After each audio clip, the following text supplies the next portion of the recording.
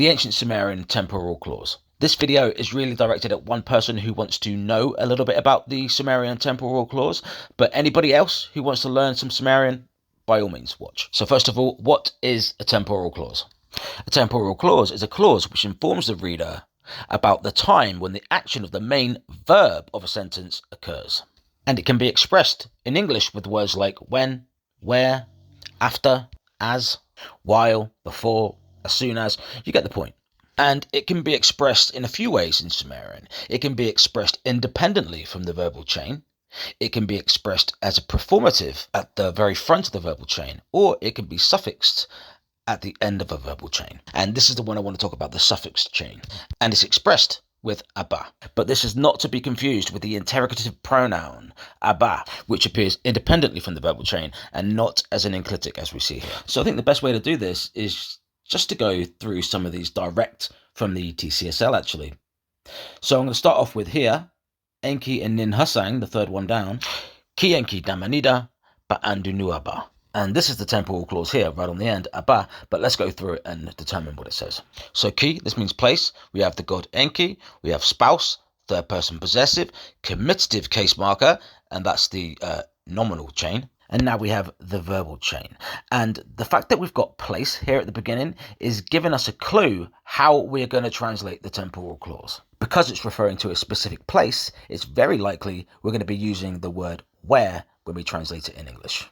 So what we need to be paying attention to in this verbal chain is the last two functions, the verbal base and the temporal clause. And we've already figured out what the temporal clause is going to translate as. And the verbal base here means to lie down. And we actually have everything now that we need to translate, because da is just cross-referencing the comitative case marker in the nominal chain, an is cross-referencing enki, and ba is the inanimate marker used with transitive inanimate verbs. So directly it's the place Enki with his spouse where he laid, or converting to English grammar, the place where Enki laid with his spouse.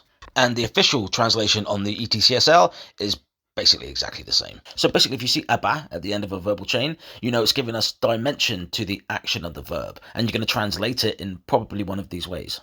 So here's a good example from the CDLI. So if you notice here, they're using a variation of what you said you would translate when as. But sometimes that's just not enough, and they can't keep repeating u4 or uba. So I guess they use the temporal clause, the suffix temporal clause, in situations like this. But in other instances, like in Enki and Ninma, we have Anunnakene, ba to daba abba. So we have Anunnaki, or the Anunna gods, and the verbal base here means to give birth or to bear children. And then we have the temporal clause on the end. So this is obviously not going to be where, this is more than likely going to be when. So it's going to be when the Anunnaki were born. Click on it. Yeah, here we have it here, when the Anunna gods were born. And then again on this tablet, we have a variation of that exact same sentence I just went through. On the second line down, when An fathered the Anunna gods. We have an agreement pattern here again, like we had just a second ago, if you remember. But myself, personally, I would directly translate this as at that time when An fathered the Anunna gods. I think that's less confusing. One last example on this one, mu'un da'aba. This is slightly different. This is translating it as. So we have as it has been built, as it has been built. And the same line again, Enki has raised Eridu up. Every time you see as here, it's referring to Abba, as it was built, as Enki raised Eridu. And there's loads of examples on here. If you come onto the CDLI, just Abba, they're everywhere. You will notice that in every single one, where Abba is at the end of the verbal chain, you'll see a temporal clause within that sentence. And that's a great way to learn, to be honest, is just read. Just look at Sumerian, read the English, compare the two, compare different passages to that passage. It's a great way of learning.